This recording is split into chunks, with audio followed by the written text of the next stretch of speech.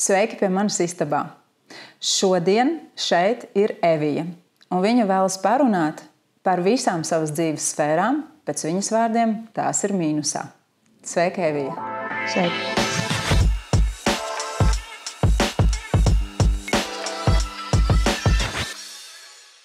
Tu man rakstīji pieteikumā tādus vārdus, kā es esmu mīnusā visas dzīves sfērā. Ko tu ar to biji domājusi?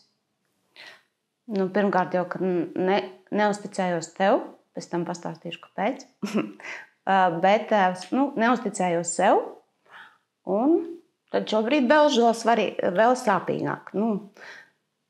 Ja toreiz man bija izvēle, kur dzīvot, man bija izvēle darbam, man bija izvēle attiecībām, tad šobrīd nav izvēles. Tā kā ilgstoši nav darbs, nav ienākumu, ir ļoti interesantas attiecības, nav izvēles, kur dzīvot, nav komforta. Nav izvēles. Ko tu domā ar šo vārdu nav izvēles? Nav ienākumu, nav iespējas īrēt. Un ar vārdiem interesantas attiecības, kas zem tā slēpjas? Ne tādas, kā es atļauju pārkāpt savas robežas, un tās attiecības, lai kā es pieņemtu to otru cilvēku, viņš tāds ir, kāds viņš ir, tomēr man ik pa laikam uzpeld tas, kad man tas nevajag. Bet es tajā visā tomēr esmu. Kā tev liekas, tev šāda dzīves situācija ir bijusi jau iepriekš? Kā tu tad tajā reizē nokļuvi tajā dzīves situācijā? Ja mums būtu 5 soļos jāpaskatās, kādas darbības tev noveda līdz tai situācijai toreiz?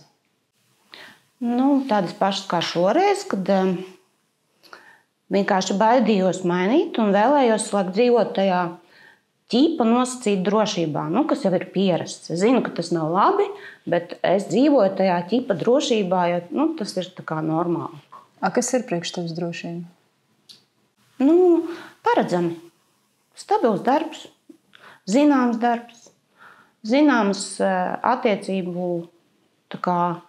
situācijas, zināms, kā cilvēks rīkosies, kā rīkošos es. Vispār zināms. Bet ja tas ir tik stabili, un tas ir zināmi, un tas ir droši, tad kāpēc tevi tas neapmierina?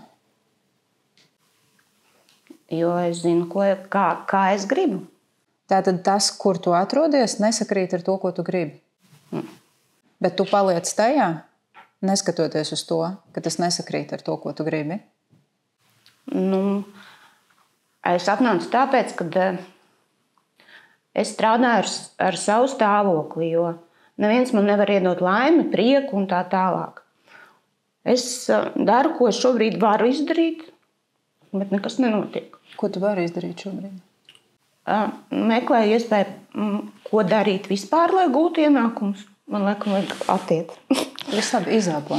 Tas ir pilnībā normāli, jo es domāju, ka procentuāli ļoti daudz sievietes šobrīd Latvijā jūtas tā, kā tu jūties. Un ar to, ka tu šodien esi šeit atnākusi, tu palīdzi ne tikai sev. Tu palīdzi vēl tām sievietēm, kuras šobrīd atrodas tieši tādā pašā stāvoklī kā tu. Un tas, ko tu šobrīd dari, kad tu dalies priekš viņām arī. Saprotu. Un tu dari superīgu darbu šī brīdī.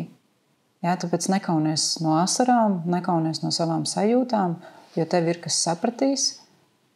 Un daļēji, ja tu šobrīd jau esi situācijā, kad tu lai dara to, ko tu ikdienā varbūt sevī noslēp.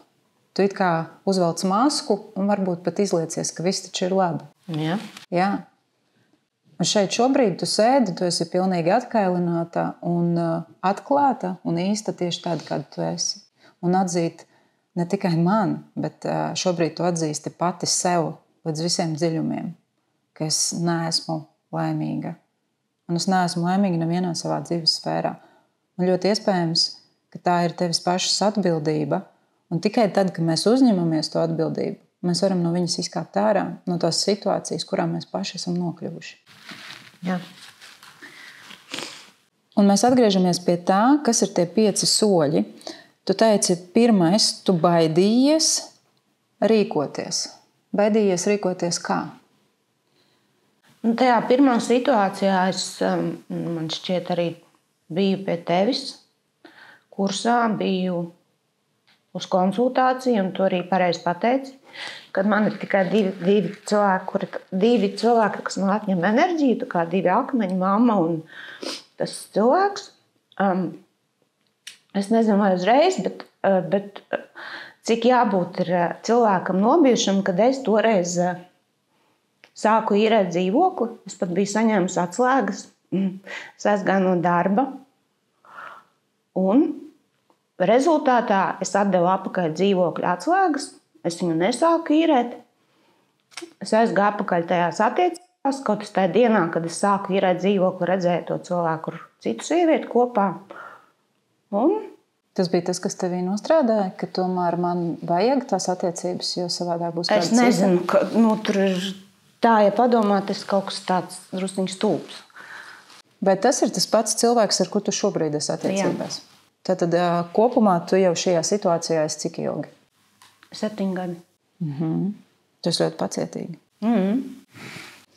Ir arī bonus tam visam. Mēs varam novērtēt to, cik tu esi stabila un pacietīga.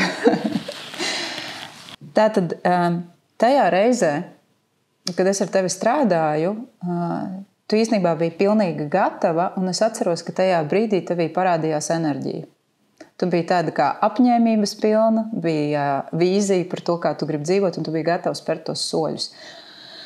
Un tu viņus spēri reālajā dzīvē. Kā tu domā, kas tanī brīdī, kad tu saki, es atdevu atpakaļ atslēgas un it kā nobijies? No kā tu tanī brīdī tieši nobijies? Kad es nenopelnīšu pietiekami daudz naudu, kad tā kā jāmaina ir viss. Kaut gan patiesībā, kas tas ir viss? Vienkārši labāka dzīvesvieta priekš manis. Cits darbs, tas esmu mainījis darbs. Tātad patiesībā darba maiņa tev nebaida, jo tev ir pieredze, ka tu maini darbu un tev darba maiņa pati par sevi nav bailīga. Nē, vispār ne. Tad kas ir tā īstā lieta, kas tev baida? Šobrīd es vienkārši visu laiku sevīm, es nesaprotu, kas notiek. Es saprotu, ka man tagad vairāk tā kā nedod iespējas, jo es tās iespējas, kas man tika dotas, noraidīju. Bet tas ir drausmīgi, ka tu tā kā esi visu dzīvi strādājis, un tagad tu nevari atrast darbu. Smieklīgi. Nevari atrast darbu. Kāpēc? Es domāju, ka darba devējs nolasa. Es aizēju uz interviju, man nav grūti atbildēt ne uz vienu viņu jautājumu. Es jūtos pārliecināta. Bet viņš jau nolasa, ka man iekšā ir pieņemiet man darbā. Man tā kā tagad nav naudas, pieņemiet man darbā. Šis ir ļoti svarīgs moments, ko tu nu pat pateici, jo tanī brīdī, kad mēs ejam no šī stāvokļa, ko nolasa otrs cilvēks, darba devējs? Viņš nolasa, ka viņam ir jāpieņem atbildība par tevi un jāizglābj tevi ārā no tās situācijas, kurā tu esi, bet to viņš nevēlas darīt, jo tas nav viņa pienākums. Jā. Un patiesībā tajos brīžos, kad cilvēki tev atsaka, viņa izdara labu priekš tevis. Jo viņi negrib pateikt, ka es tagad tevi izglābšu no tās situācijas, kurā tu esi. Tev ir jāiemācās iziet ārā pašai un izglābties pašai. Vai tu esi kādreiz domājusi, ka varbūt profesija, kurā tu strādā, nav īstā priekš tevis? Jā. Un šobrīd, kad tu meklē darbu, tu meklē kādā profesijā? Tajā, kas nav īstā priekš tevis? Vai tajā? Visādās. Visādās. Kā tu domā, kas ir priekš tevis? Es tā analizēju, jo es kādu brītiņu sūtīju tur, kur man ir bijusi pieredze, un kad es zinu, ka viņi noteikti mani paņems un ieraudzīs manu pieredzi, kad es taču esmu ķipa krūtā vadītāja, man tur CV laps.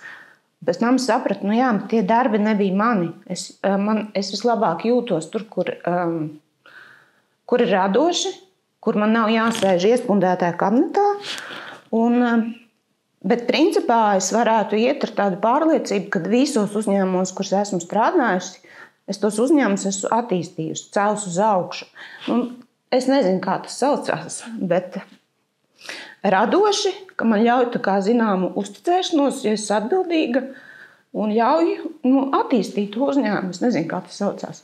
Profesija man ir projektu vadītāja, bet strādājis esmu bērndārza audzinātāja, trenere, fitnes klubu vadītāja, pārdevēja arī jaunībā, pārtikas veikalu vadītāja, apsaimniekošanā. Skaties, ja mēs saliekam to kopā, tad patiesībā tev interesē kaut kādas lietas attīstība. Tu vari iet jebkurā profesijā, kas ir punkts A, un tavās interesēs, kamēr tu strādā, padarīt šo vidi labāku, pozitīvāku un attīstīt kaut kādā veidā. Jā. Jā, mēs varam nosaukt to par projektu vadītāju, jo projektu vadītāja uzdevums arī ir vadīt, radīt, attīstīt. Jā, bet projektu vadītāja profesijā viens mīnus ar papīram daudz jāsēž. Jā. Un skaties, tev ir vesela kaudze ar pieredzi, pareizi? Jā. Katrā šajā darbā tu esi saņēmusi savu pieredzi. Un es domāju, ja mēs saliktu visas šīs pieredzes kopā, tad tu zini daudz vairāk nekā lielākā daļa, kas varbūt ir tiešām izmācījušies kaut kādu vienu profesiju un augstā līmenī. Kas ir tas, ko tu uzskati, ka tu no visām šīm te profesijām esi ieguvusi? Kas ir tas kodols, kas tevī šobrīd ir? Tas nekas, ka tam nav nosaukums. Kas ir tas, ko tu redzi, ko tu esi ieguvusi no šīm darba vietām un kas tevī šobrīd ir? Es aizstāvēšu vienmēr savus cilvēkus, tā kā savu komandu. Tas ir viens, jo bieži vien ir tā, ka darba devējiem ir tādi drastiski kaut kādi rīkojumi, kas izpaužās slikti uz cilvēkiem. Un tas tā kā zibens novadējs mēģinu novest to situāciju, lai tas ir labi. Otra lieta, es jūtos pārliecināts, varu pārdot, būt kasiere, nezinu, vadīt treniņus, runāt ar daudz cilvēkiem. Starp citu, jā, man ir vieglāk runāt ar daudz cilvēkiem nekā ar tevīm acis pret aci, kas arī ir ļoti interesanti. Es jūtos pārliecināta, ka es varu izdarīt jebko. Jā. Kur pazūd šī pārliecība attiecībās? Interesanti. Jau viņi tā kā mazāk pazuda, jo es vienkārši padevos, es padevos priekš sevis. Jo bija izdomāts tāds savs tēls, kad es taču esmu man vajag tā kā filmās rāda, ka tur dod kaut kādas dāvanas, ved, un tad es sevi tā kā visu laiku pārmetu, kad man nedod. Un tad es sapratu, bet es varbūt pati pamaz dodu. Ja mēs pieņemam hipotēzi, kā strādā attiecību princips, vīrietis pret sievieti izturas tā, kā sieviete pati pret sevi. Tad kā tu vari noraksturot, kā tavs vīrietis attiecībās izturas pret tevi? Šobrīd es varētu teikt, ka viņš ļoti rūpējās, lai es atpūstos. Viss, ko viņš man šobrīd var piedāvāt, tas ir tā kā, lai es izguļos. Viņš ļoti sargā, lai es izguļos, lai netraucētu mani. Viņš respektē manu rītu, jo man no rīta ir svarīgi savi rituāli kaut kādi izdarīt. Kāds bija jautājums? Es jau aizpildēju. Viss kārtībā. Kas ir tās lietas, kas tev neapmierina, kā viņš izturās pret tevi? Neapmierina, kad vēl projām, kad viņš citu cilvēku klātbūtnē var kaut ko kritisku par mani pateikt, ka viņš tā kā neaizstāv mani, un neapmierina, kad es joprojām iedomājos, ka vīrietim tā kā vajag reizēm paltināt sievieti. Vai tas, ka viņš tev dod izgulēties un no rītiem ciena tavu miegu un paradumus, nav lutināšana? Manā izpratnē, nē. Un te ir tas erors, ka tu nevis skaties, kāda ir viņa mīlestības valoda, bet pieprasi tikai caur savējo. Un tu neredzi, ka tas, kā viņš parāda, ka mīl, ir šajās te lietās, kuras tu nosauc no sākuma. Tu saki, man par maz, man vajag savādāk. Un tad ir jautājums, vai tev viņš nedara, vai viņš ir vienkārši slikts vīrietis, vai vienkārši tev nedara? Nē, viņš nav slikts vīrietis. Nav. Tātad tev nedara tas, kā tevi mīl. Jā. Un te ir liela atšķirība. Mēs esam attiecībās ar labu cilvēku pašā būtībā. Un tas, ko šis cilvēks tev attiecībās parāda, kā tu pati teici, ka viņš tevi kritizē un neaizstāv, kas tevi neapmierina. Kur tu pati sevi kritizē? Visu laiku. Un kur tu neiestājies par savām interesēm? Arī visu laiku. Jā. Tas ir mehānisms, kā vīrietis parāda tev, kā tu pati izturies pret sevi. Ja tu gribi, lai viņš tevi nevis kritizē, bet aizstāv un iestājas par tevi, tev vispirms ir jāsāk to darīt attiecībā pret sevi. Ir jābeidz sevi kritizēt un ir jāsāk iestāties par savām patiesajām interesēm. Un automātiski tā ir kā instrukcija tavējā. Tas, kā tu izturies pret sevi, ir instrukcija otram cilvēkam. Ja sieviete sevi neciena, vīrietis viņu necienīs. Ja sieviete sevi kritizē, viņš viņu kritizēs. Nevis tādēļ, ka viņš tāds ir, bet tādēļ, ka viņš strādā tavā labā. Viņš tev parāda tavus lielākos mīnusus, kurus tu, ja izmaini sevi, instrukciju nomaini un nomainās blakus cilvēka reakcija. Tātad šeit problēma nav attiecībās. Attiecības perfekti atbilst tev. Jo mēs nekad neesam kopā ar otru cilvēku. Mēs esam caur otru cilvēku kopā ar sevi. Un tas, kā viņš izturās pret tevi, ir precīzi tā instrukcija, ko tu raidi. Tu saki, es sevi kritizēju. Ok, es arī tevi kritizēšu. Es sevi neaizstāvu, es par sevi neiestājos. Viņš saka, labi, arī kalpošu tam. Viss labi. Tu esi pateikusi tā, man ir ļoti svarīgs miegs. Viņš saka, labi, ļoti svarīgs miegs. Man ir ļoti svarīgi, lai no rītiem man ir savs laiks, un tu viņu izpildi. Tu izpildi šīs funkcijas, ja, pati.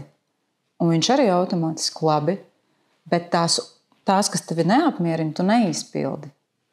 Tu saki, es tikai gribu, lai mani nekritizē, bet pati tikmēr turpina kritizēt.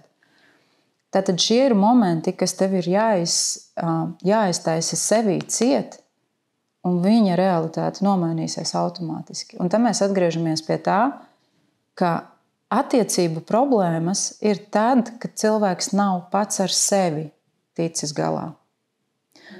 Jo tev vispirms var būt attiecības līmenī es un es. Tikai pēc tam var būt attiecības līmenī es un vīrietis, un tikai trešie ir es un bērni. Tikai tā viņi ienāk. Ja? Vispirms es esmu es, pēc tam es satieku kādu un kļūstu par sievu vai sievieti, un tikai pēc tam, kad mums ir bijušas attiecības, mums var būt bērni. Tādā hierarhijā arī strādā visu dzīvi šis. Ko tu noliec savā ikdienā kā prioritāti? Vai vismaz pēdējos 7 gadus? Kas ir bijusi prioritāte?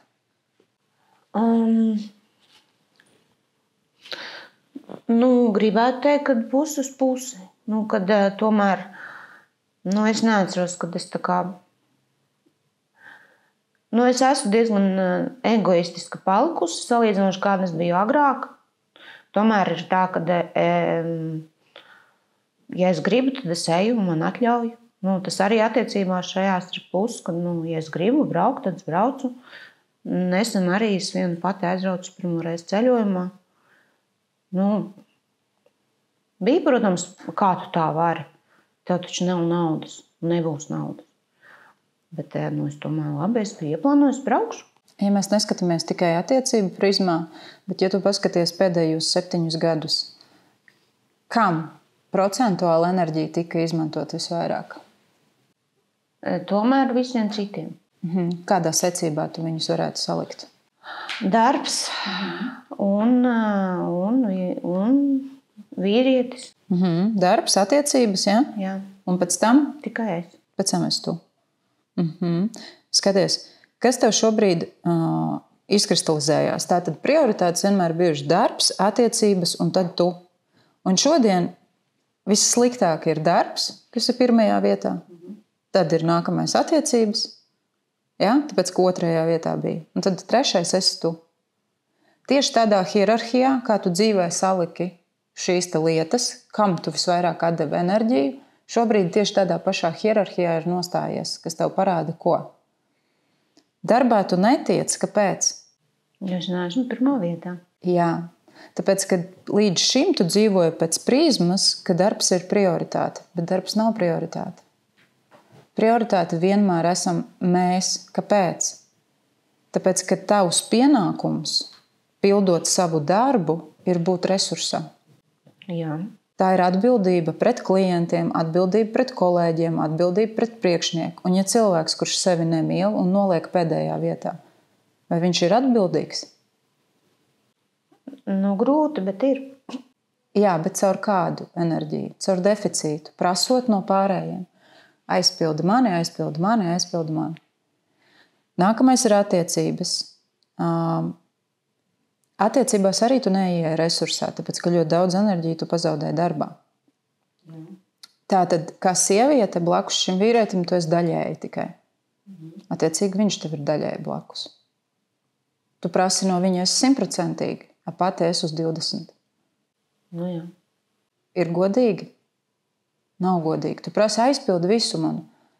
Vispār dāvini dāvanas, ved mani, aizstāv visu, ko tu sev nedod. Tu prasi no viņa. Un tad esi tikai tu. Un šobrīd tavā dzīvē notiek kas? Automātiski šis tavs dzīves mirklis mēģina sakārtot prioritātes. Lai tev darbs nebūtu pirmā vietā, tev darbu izstrīpo ārā no dzīves. Ar domu varbūt padomā. Ja tu nedomā, tad attiecības bojājās tik tālu, ka tu jau esi gatavs iet prom, vai otrs ir gatavs iet prom un izbeigt attiecības. Atņem attiecības. Lai tu paliktu viena pati ar sevi un beidzot padomātu, kas es esmu? Ko es vispār gribu? Ko es gribu šajā dzīvē darīt? Un tad, kad tu to es noliec pirmā vietā, tad pēc tam tu esi gatava atkal iestāties darbā, iestāties attiecībās, bet jau no cita resursa, un viņas kļūst kvalitatīvākas. Bet šobrīd šī realitāte kalpo tavā labā, lai tu atkal neiekrīti tajā pašā sistēmā, kurā jau tu visu sabrucināji. Jo viņi sabruka dēļ šīs hierarhijas. Tad paskaties, ko tu šobrīd savā dzīvē vari izmainīt, lai sakārtotu prioritātes.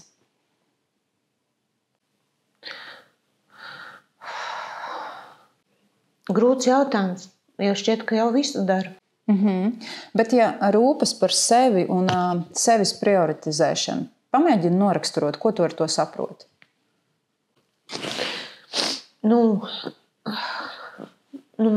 Šobrīd es nezinu.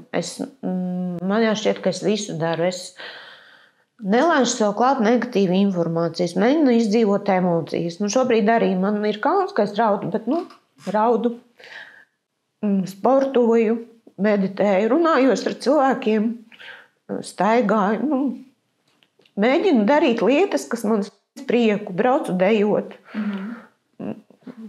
Un atgriežamies tās darbības, bet tu to dari, lai būtu kas? Lai nesēdētu un neraudātu. Un būtu, būtu prieks pamosties. Lai nesēdētu un neraudātu, es daru tās darbības. Tas nav tāpēc, lai sevi iemīlētu. Nē.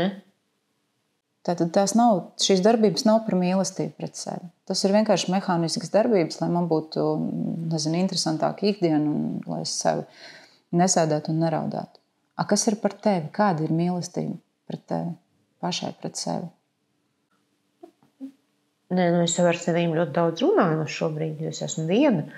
Tad, kad tu runājies tagad ar mani, tas ir mīlestība? Jā. Šī brīdī mēs atļauju, jo, protams, ka ego teica nenāc, jo viss redzēs, kādu tu esi. Kādu tu esi? Tādu, kā es šobrīd esmu. Kāda tas ir? Emocionāla. Jā. Un kas tajā ir slikts būt emocionālai? Kas ir slikti, ka tu esi emocionāli? Vajag jau prast sevi kontrolēt. Lai būtu kas?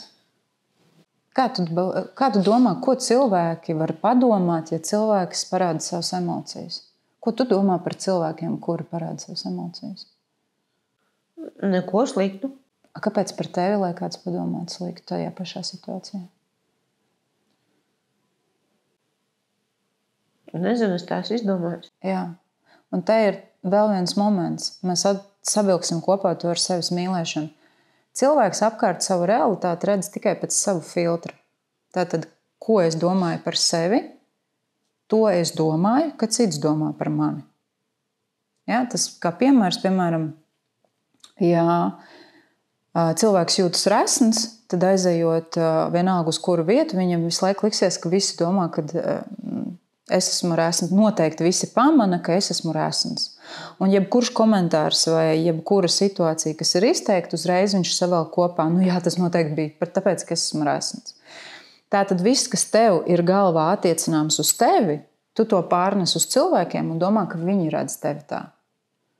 Attiecīgi šī brīdī, ja tu domā, ka viņi, tie cilvēki, tevi redzot, tagad padomās ko? Ka tu esi emocionāli, tu nekontrolē sevi. Tad iznāk, ka ikdienā tu sevi centies ļoti kontrolēt un savas emocijas neparādi. Jā. Lai būtu kas? Ko tu esi izdomājusi, kāpēc tas kalpo tavā labā? Nekalpo. Bet ja tu zini, ka nekalpo, kāpēc tu turpini to darīt? Mūsu prāts strādā pēc tāda principa, ka viņš dara tikai lietas, kuras redz, ka kalpo. Tu šobrīd it kā saki nekalpo, bet viņš redz iemeslu, kur kalpo. Kaut vai vienu pozitīvu lietu, kur tas, ka tu neparādi emocijas, tev kalpo. Kur tev tas palīdz? Jo tad tu varbūt tad man kādu... netiek klāt. Jo tad, kad es paraudu, tad varbūt kādam gribas pažēlot mani. Un ko tas nozīmē? Nevajag, lai man pažēlo. Jo kas tad būs, ja pažēlos? Ko tas liecinās par tevi? Ka es esmu vāja. Jā, un kas ir slikts būt vājai? Tad kas notiks, ja tu esi vāja?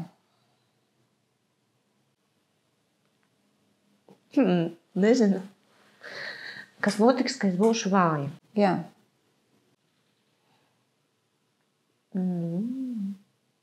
Neatbildīšu kaut kādiem saviem uzstādītajiem standartiem.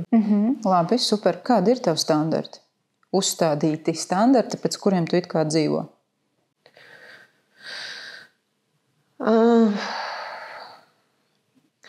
Ka man jābūt ir, ka es kaut kādīgi ir sanācis tā, ka es negribu sev nevienu apgrūtināt. Es agrāk vispār biju tā, kad bāzos par korķi visur un bāzos ar savu bezmaksas palīdzību vai neprasītu palīdzību. Un tad es sapratu, ka tas nav vajadzīgs. Tas tā kā varbūt otru cilvēku pat drusciņu pazemina. Ja cilvēks jautā, jā, es vienmēr palīdzēšu, bet... Un tad vienā brīdī es sapratu, ka es tā kā sevi izniekoju, un tad es nolēmu, ka es būšu šī stiprā. Es nevienam nepalīdzēšu, ja neprasa, un darīšu to, ko es gribu. Kā stiprs un vājš ir saistīts ar to, vai es palīdzu vai nē? Nezinu. Kā tu redzi to sakarību savu? Tāpēc, kad es kaut kur laikam esmu tā saskatījusies vai izdomājusi, kad stipri cilvēki var arī pārkāpt kaut kam pāri un nepalīdzēt tur kaut kādam cilvēkam. Bet vāji cilvēki tā kā ies un palīdzēs visiem. Tātad palīdzība citiem ir vājuma pazīme. Jā. Un savukārt tas, ka tu paliec, kā tu saki, stipra, tas nozīmē, ka tu noslēdzies no pārējiem. Kā tev šobrīd tas izklausās, kad es to pasaku? Stulbi. Varbūt tu gribēji iegūt citu rezultātu, jo iedomājies, ja tev ir kāds tēls, pazīstams cilvēks, kuru tu varētu saukt par spēcīgu cilvēku, kā personību, nevis fiziski, bet kā personību. Kā tu noraksturot? Kas vēl šim cilvēkam piemīt? Kāpēc tev liekas, ka tas ir spēcīgs cilvēks? Noteikti tas ir tāds, kurš dara, ko viņš grib. Viņš tur nedzers kafiju, ja viņš negrib viņu dzert. Piemēram, viņš neies un nerunās ar to, ko viņš negrib. Tad dara, ko grib, Tas nozīmē nospraust savus robežas, zināt, ko es vēlos. Jā, zināt, un un pats galvenais izdara tos solīšus un darbības tur, kur varbūt arī ir drusciņi bail. Iet pretī savām bailēm. Jā, un pēc tam ir tā kā vislabākie rezultāti. Bet, ja tu esi kļuvusi par stipru, kāpēc tu neej pretī savām bailēm? Ja šis strādā. Saka, tagad es esmu stipra, es nepalīdzu cilvēkiem. Bet vēl pie stipra ir iet pretī savām bailēm. Jā. Kas notiek ar šo? Es jau nesaku, ka es esmu baigi vēl stiprāk. Un te skaties, te ir tas prāts, tava prāta konstrukcija, kurš izmanto, kā viņam vajag. Jā. Vārdus. Te es daru šitā, es esmu tāpēc stipra, te es to nedaru, nē, es esmu tomēr vāja. Un tad viņš mētā tevi kaut kur, kā viņam ir izdevīgi. Un tas liecina par ko? Tas liecina par to, ka nav fundamenta tevī. Kas tad īsti tu esi? Kāda tu esi pa īstam? Ko tu patiesībā par sevi jūti? Ja mēs noņemam visas maskas tavas nost, pilnīgi visas maskas, tad kā tu sev noraksturot 3 vārdos? Ja tev nav jāizliekas nevienam, ja tev nav jāiepatīkas nevienam, un ja tev nav jābūt priekš citiem, tad kāda ir tā Evija? Vienkārši cilvēks grib dziedāt, dejot, noraksturot. Es esmu tāds cilvēks, kam patīk skaisti, estētiski. Man patīk palīdzēt cilvēkiem īstenībā, bet tā neviltoti. Un es nezinu, vienkārši cilvēks. Kā tu domā, vai tu šobrīd dzīvo dzīvi pēc principa vienkāršs cilvēks? Šobrīd nē. Kas būtu jāizmaina, lai tu būtu vienkāršs cilvēks? Tāda, kā tu sev redzi pa īstam. Jo tagad tu sanākai nedaudz pretrunā, tu saki, man patīk palīdzēt cilvēkiem.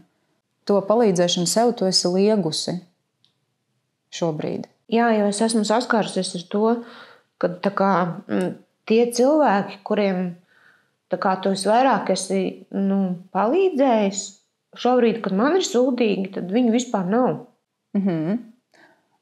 Bet tu saki palīdzēt, negaidot neko pretī. Palīdzēt tad, kad mēs negaidām neko pretī, nozīmē, ka es negaidu, ka man atdos. Jā, bet es jau tad, kad bija tie laiki, es jau no viņiem neko negaidīju. Vienkārši šobrīd es sēžu un tad meklēju 5. stūri. Un, protams, kad es to sāku meklēt un tā kā vainot kaut ko, tad es atrodu to 5. stūri un izdomāju šo te vārdu salikumu. Jā, un tad tu vari justies kā? Labāk, jo ir taču kāds, kam uzdot atbildi. Jā, it kā vēl kāds ir papildus vainīgs. Jā. Dziedāt, dejot. Vai tavā dzīvē šobrīd ir tas? Dejot, jā. Dejo? Kā tu domā, kā tu savā ikdienā ar to, ka tu minēji, tu esi radoša, tev patīk runāt ar daudziem cilvēkiem vienlaicīgi, ja? Vai tas ir vadīt, vai vēl kaut kā, radoša, vadīt, tātad dejot kustība un vēl palīdzība. Kā tu redzi, kā šo tu vari apvienot un rast darbību, kas ietver visu šo kopā? Kas tev pirmais nāk prātā? Būt radošai, vadīt vai komunicēt ar vairākiem cilvēkiem, tā ir kustība un tā ir palīdzība. Es jau runāju vakar ar draudzeni, saku, es gribu vadīt to mākslas salonu, nevis vadīt, strādāt mākslas salonā. Otra lieta, kas nāk uzreiz prātā, atbildot šo jautājumu, kad es varētu organizēt kaut kādus lielus pasākumus. Kas ir nepieciešams, lai tu vadītu mākslas salonu un organizētu pasākumus? Droši vien mākslas salons vai ziedu salons. Vai tu esi gājuši šobrīd šajā virzienā vispār? Mākslas salonam, jā, es esmu pieteikusies. Bet pliks CV mūsdienās nestrādā. Nē. tikai strādā komunikācija. Enerģija. Okay. Un kas ir ar pasākumu vadīšanu? To es tikko pateicu. Tas iznāca ārā. Tā mēs domājam. Tam tad ir lielāka vērtība. Pasākumu vadīšana. Es domāju, ka pasākumu vadīšanu var sākt, jo vienmēr tajā sfērā ir vajadzīgi cilvēki. Vismaz sākt ar to, ka būt tajā vidē. Un tādā veidā pastīties, vai tas ir tev, vai tas tev der, vai tas tev patīk, vai tu tur jūties. Jo tu uzreiz gribi uzlikt tā kā augšējo, vadīt lielus pasākumus. Bet kamēr tu neesi to sagaršojusi, tu nezini, kā tu tur jutīsies. Un ir forši vienkārši no malas iepeldēt kaut kādā ziņā, ka būt tajā vidē un pastīties. Man tas patīk?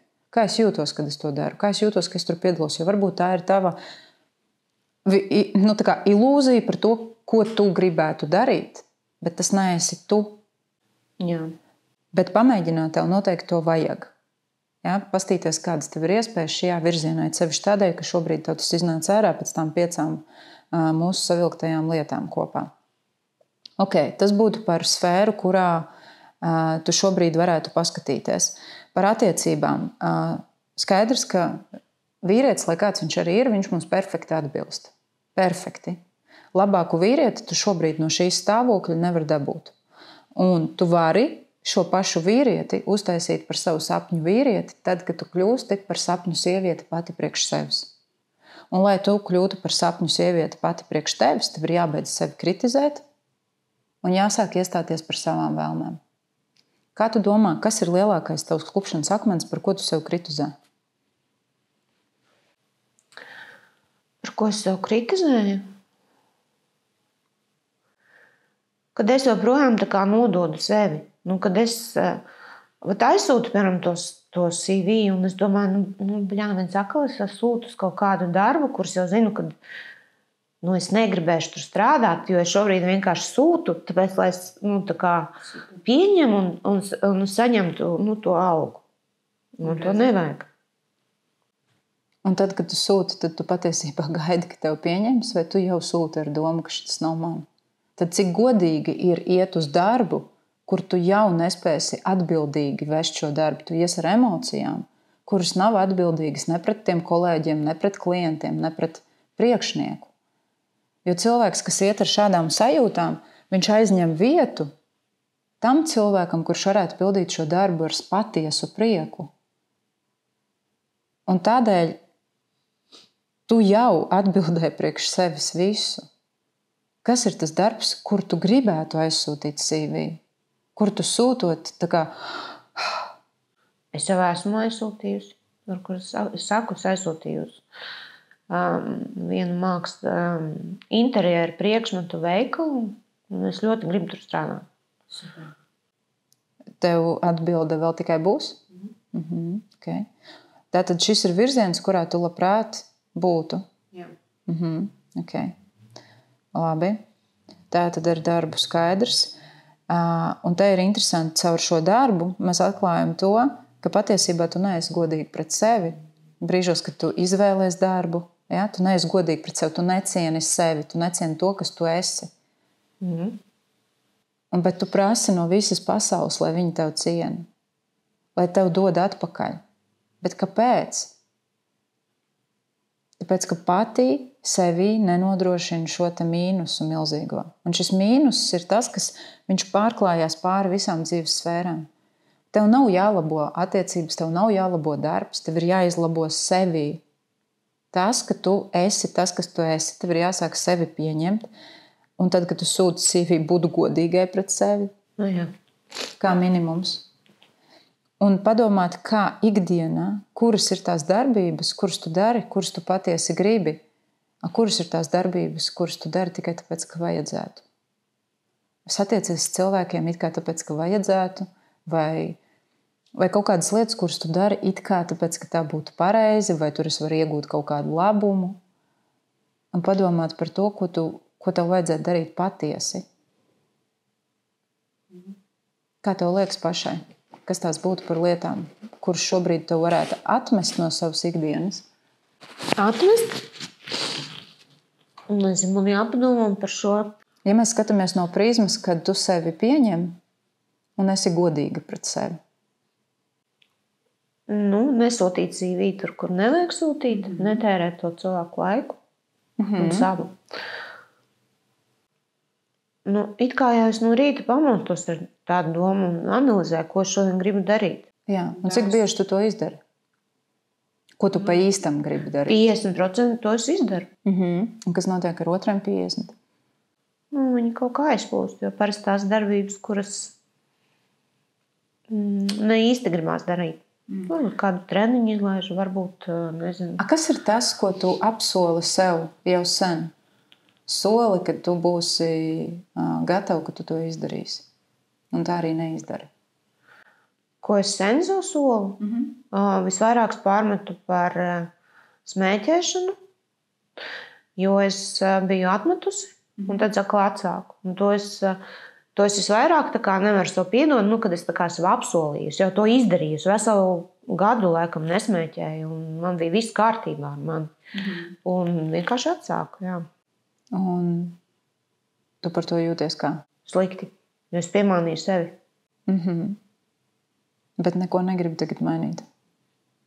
Tā jā. Gribu. Bet kur ir problēma?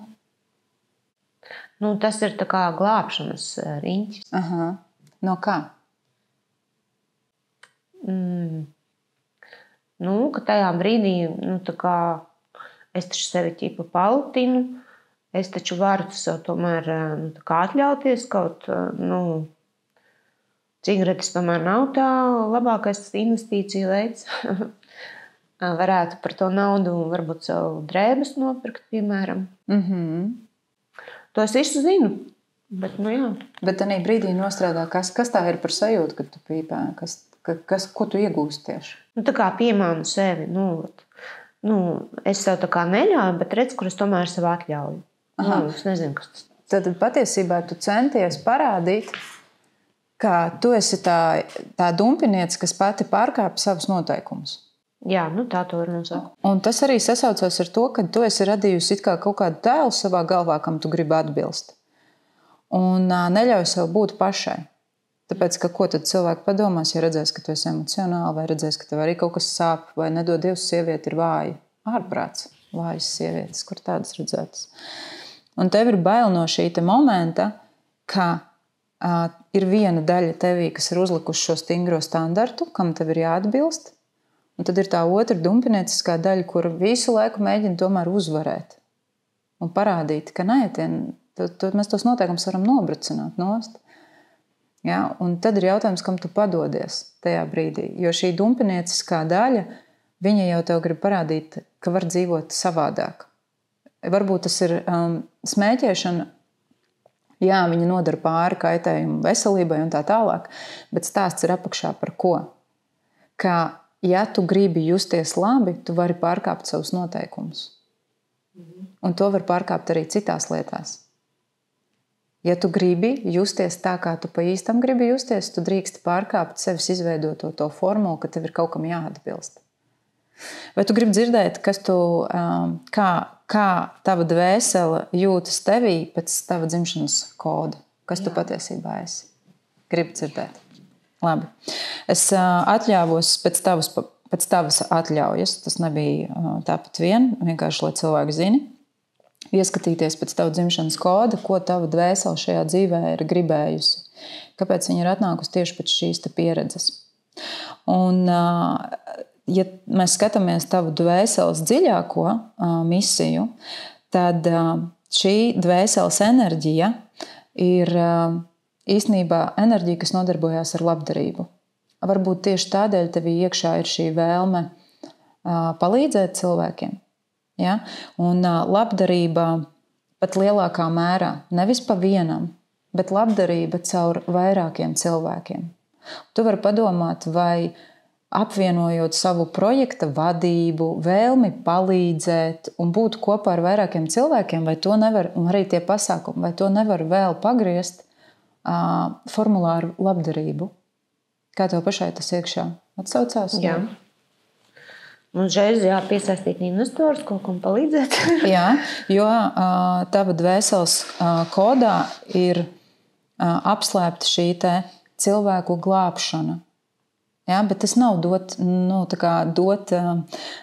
kā mēs sakam, nelūgtos padomus. Ne tādā veidā. Bet glābt cilvēkus caur labdarību. Tieši, ja tā ir tāda augstāka misija jau, kā tu vari realizēt to savu potenciālu. Tāpēc tev tik ļoti gribas kaut kur kaut ko palīdzēt, kā tik izdarīt, jo iekšā tas sēž. Bet tev ir jādomā plašāk. Kā tu vari visas savas dzīves iegūtās profesionālās zināšanas un pieredzi izmantot, lai radītu kaut ko šajā virzienā.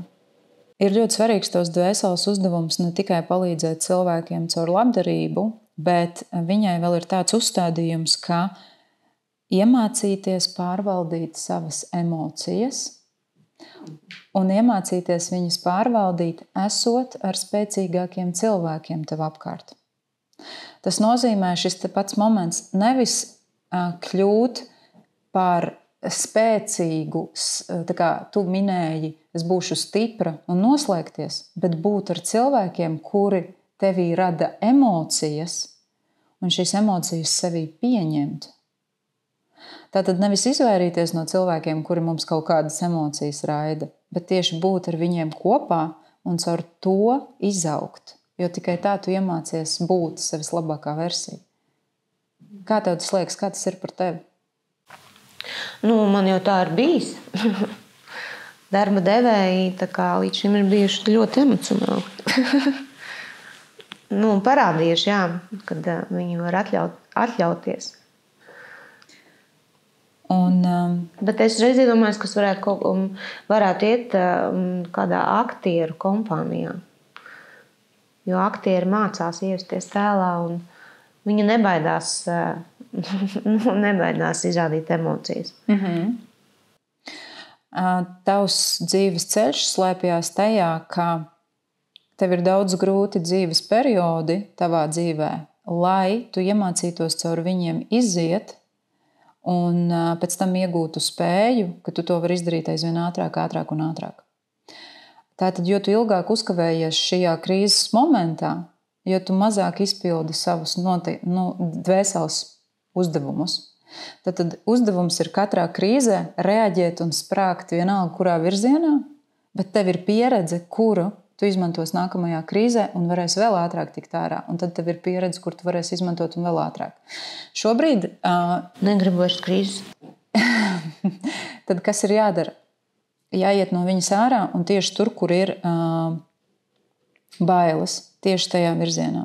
Ja mēs skatāmies, ko tavs kods slēpj par pašrealizāciju, virzienu, kurā tev vajadzētu meklēt profesijas, tad pati galvenā enerģija, tā ir tā, kas ir tāda vadošā mūsu enerģija. Ja? Realizācijas kodā slēpjas 6 cipari, bet viens no viņiem ir tā kā vadošais cipars. Tas ir tev 22. Tas nozīmē cilvēki, kas vedēs sevis cilvēkus ar garīgām vērtībām.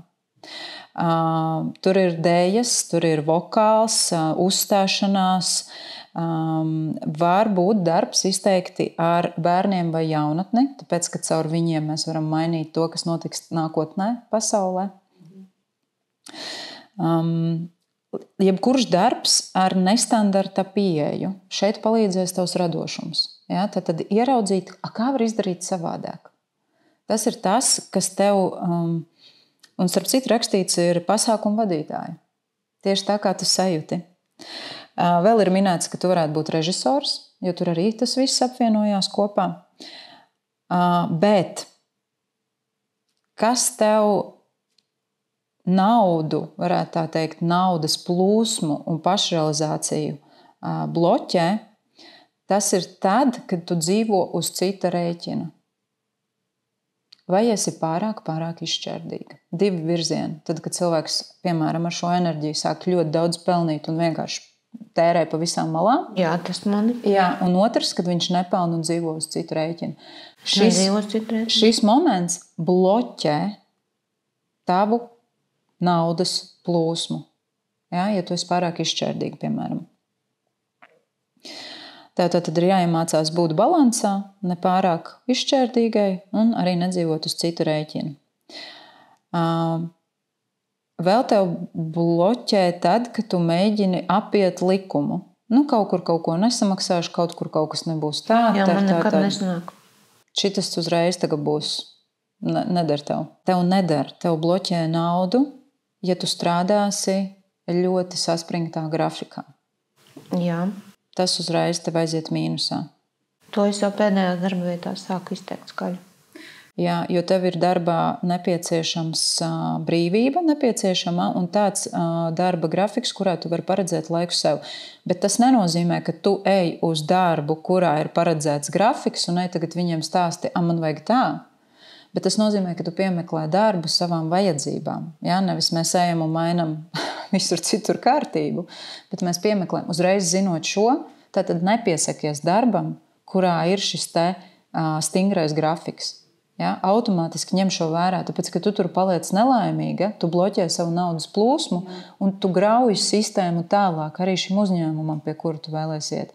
Tāpēc uzreiz izslēdz šādus te faktorus ārā, ja, lai tev būtu iespēja brīvo laiku ielikt iekšā. Tas varbūt nezinu, mājiņu darbs vai 2 dienas strādā, 3. brīva. Kaut kā tā, bet ka tu jūti savu dzīvi.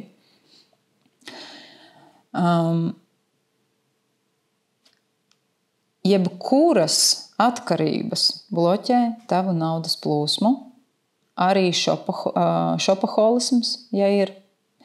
Ja tev ir uz to, te teici, ka tu mēdz būt izšķērdīgi, varbūt tev ir virziens uz šo, ka tu ar šopaholismu, teiksim, iepērkoties mēģini kaut kādu pozitīvo emociju dabūt, ja? Ka tu jūti kaut ko nopērts un paliekam mēs priecīgi. Nē, es vienkārši naudu uzreiz ceļojumi, dāvanas citiem, to nezinu, sev varbūt. Tātad visa veida atkarības, tā skatā arī cigaretes tev bloķē naudas plūsmu. Jā, es dzirdētu. Un ja tu iesāc daudz dažādas lietas un nevienu nepabeidz. Jā, tas arī man. Tas tev bloķē naudas enerģiju. Vai tu gribi zināt, kas tev dod naudas enerģiju? Tātad patiesībā šī enerģijai, tā ir tāda viena no retajām, kur enerģija naudas dod jautrība un viegla dzīve. Tātad tev ir sava dzīve jārada viegla un jautra. Un tādā veidā tu vari radīt lielāku naudu savā dzīvē. Tas nav, es nedomāju, ka tev ir grūtākais uzdevums vispār, ne? Vai tomēr šis ir grūts priekš tevī? Ar pozitīvu un vieglumu. Tev ir jāiemācās dzīvot, un tajos brīžos padomā, tagad varbūt tu vari savilkt kopā, kad šīs finanses ir nākušas pie tevis.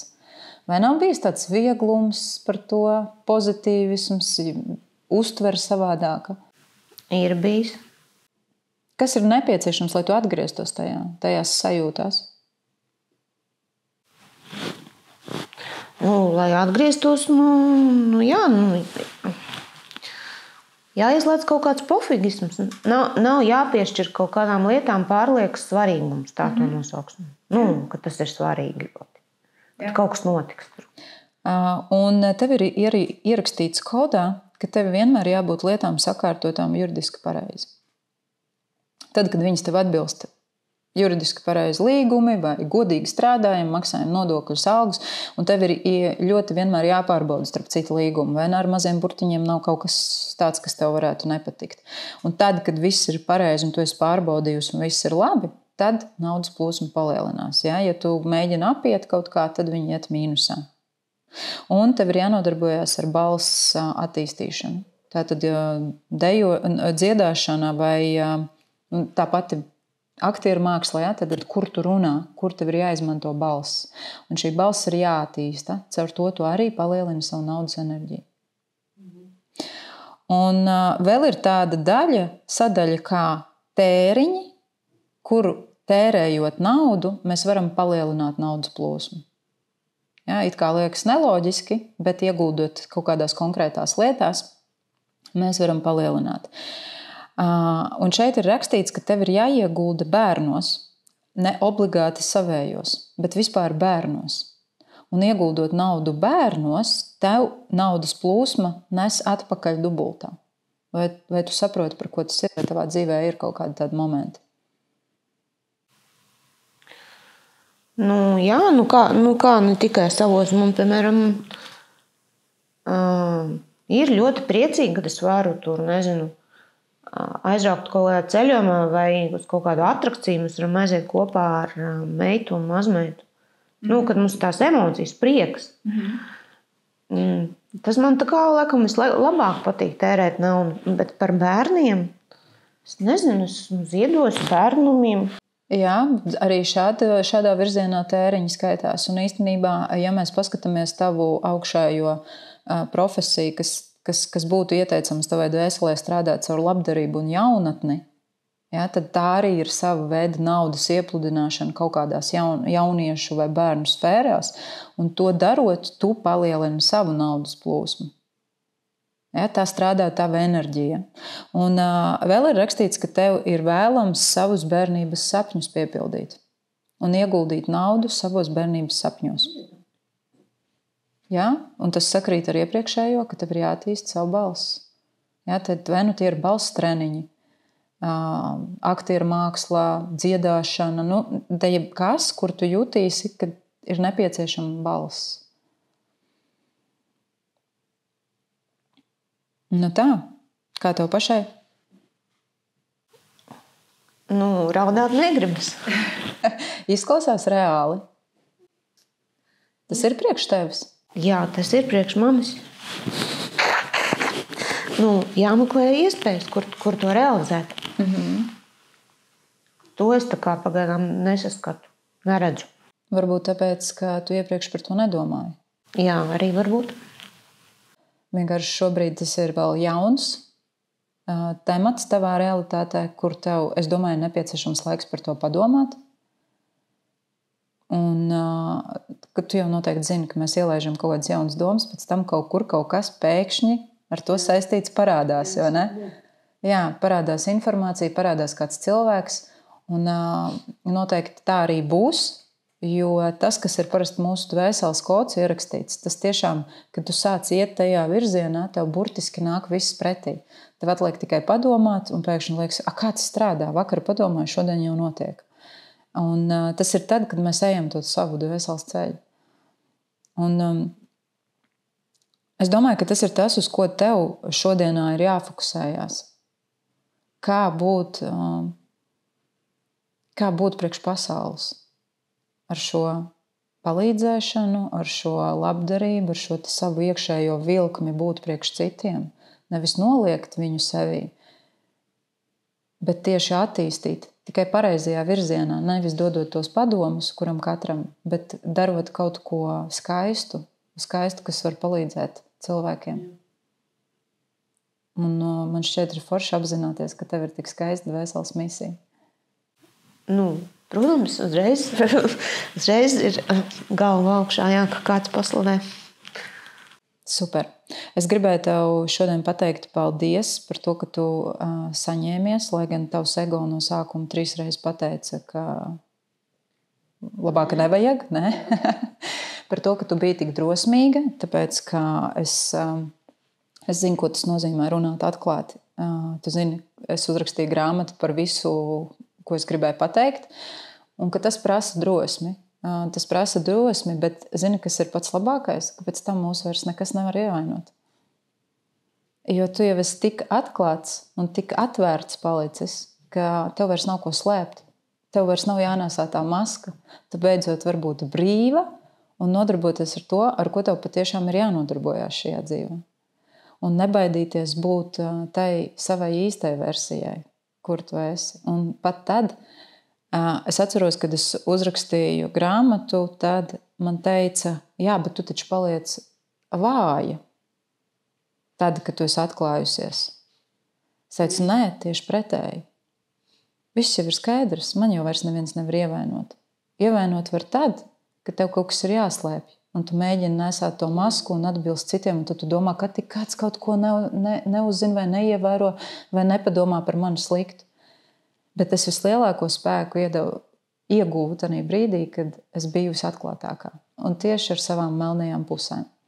Tādēļ es ceru, ka tu no šodienas paņemsi līdzi tieši to sajūtu, ka ir tāda daļa superspēja tevī iekšā, ka tu šodien kļuvi nevis vāja sliktajā nozīmē, bet tu kļuvi atvērta un īsta, un tas pēc tam kalpos tev, tavā labā.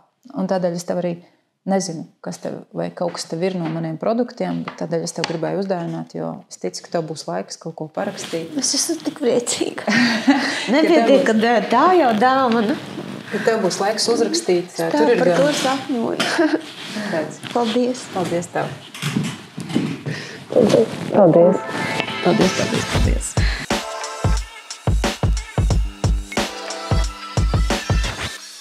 Cik briesmīgi visu veselu stundu raudā. Piedod.